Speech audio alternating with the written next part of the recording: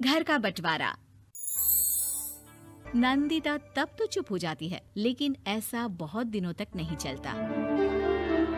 अरे नंदिता, माँ बाबूजी की दवाई का टाइम हो गया है, उन्हें दवाई दे आओ और उसके बाद सबके लिए नाश्ता बना देना। पर भाभी, मैं तो अभी अपना फेवरेट सीरियल देख रही हूँ। प्लीज मेरी जगह आप कर लो ना ये काम। ठीक है, मैं तेरी जगह माँ बाबूजी को दवाई दे आती हूँ और नाश्ता बना लेती हूँ। तू मेरी जगह पूरे घर की डस्टिंग करके 5 बच्चों को स्कूल के लिए तैयार करके भेज देना और दोपहर का खाना बनाने के बाद कपड़े धोकर सुखा देना।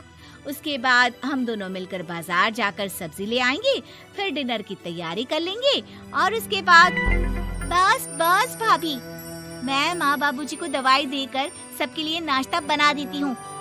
हे भगवान, ये कहाँ लाकर फंसा दिया मुझे।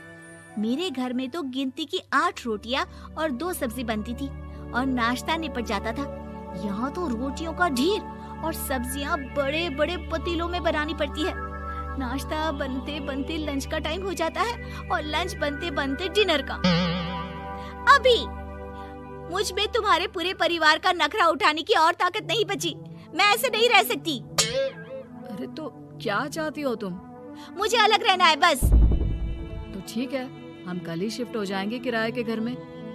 इतना बड़ा घर होते हुए हम किराए पे क्यों रहेंगे? ना जी ना, घर में ही दीवार खड़ी करो अपने हिस्से के आगे। घर के साथ साथ घर की खुशियों में भी दीवार खींच जाती है। ऐसे ही कई महीने बीत जाते हैं और नंदिता माँ बन जाती है। बच्चे के आने से अभिषेक के कंधों पर खर्चों का बोझ आ पड़ता है। अभिषेक का बोझ कम करने के लिए नंदिता भी पार्ट टाइम जॉब कर लेती है, लेकिन इससे उसके सर पर नौकरी, घर और बच्चे की जिम्मेदारी बढ़ जाती है।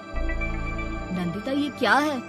तुमने घर भी ठीक से साफ नहीं किया, ना ही मेरे कपड़े धुले हैं। चिंटू के बाल भी कटवाने जाना था, देखो उसके बाल कितने बढ़ गए हैं। अरे करती क्या हो पूरा दिन तुम? मैं करती क्या हूँ? तुम्हारा नाश्ता और लंच बनाने के बाद चिंटू को डे केयर सेंटर पर छोड़ कर आती हूँ, फिर खुद ऑफिस जाती हूँ। पूरा दिन काम करके आने के बाद बिना आराम किए बाजार से सब्जियाँ लेकर आती हूँ, घर आकर खाना बनाती हूँ, चिंटू को देखती हूँ और क्या करूँ मैं? तो किसने कहा था अपने सर पर इतने काम लेने को? मत जाओ ऑफिस। ऑफिस जाए बिना घर के खर्चे कहाँ से पूरे होंगे? चिंटू की डे केयर का खर्च, उसके लिए बेबी फूड का खर्च, प्रेस वाले का खर्च, ये सब तुम्हारी सैलरी से होता नहीं है। अगर परिवार से अलग नहीं होती तो इतनी मुसीबतें नहीं उठानी पड़ती तुम्हें परिवार के साथ मिलकर काम करने में दिक्कत थी, लेकिन काम तो अब भी बहुत है तुम्हारे सर पर। चिंटू को भी डे केयर भेजने की जरूरत नहीं पड़ती। उसको गोद में खिलाने के लिए दादा दादी और घर के सभी बड़े होते। उसके साथ खेलने के लिए उसके भाई बहन भी होते। मेरे 3 बड़े भाइयों के बच्चे भी बड़े हुए हैं, लेकिन बिना महंगा बेबी फूड खाए, क्योंकि मेरी माँ और भाभियाँ बहुत अच्छे से जानती है कि बच्चे को क्या खिलाना चाहिए। बिजली के बिल जैसे खर्चे भी सब मिलकर बांट लेते थे, लेकिन तुम्हें तो सबसे अलग रहने में ही मजा आता है, तो अब शिकायत क्यों करती हो? बस करो अभिषेक, बस करो। मैं मानती हूँ कि मैं गलत थी। मेरे एक गलत फैसले ने हमें बिल्कुल अकेला कर दिया है सबसे। एक घर में होते हुए भी हम बाकी परिवार से अजनबियों की तरह रह रहे हैं। अभिषेक और नंदिता की सारी बातें घर के बाकी लोगों को सुनाई दे रही थी। तभी कमला बोल पड़ती है। अरे नंदिता बहू, किसने कहा कि तुम अकेले हो? तुम्हारा इतना भरा पूरा परिवार है ना तुम्हारे साथ। हम तो बस ये चाहते थे कि तुम अपनी गलती समझ जाओ।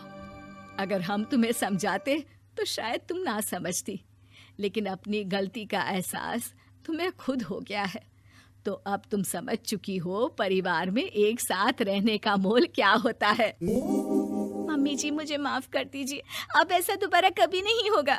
अरे माफी बाद में, पहले मेरा पोता जरा मेरी गोद में तो दे और तू जाकर सबके लिए चाय बना ला।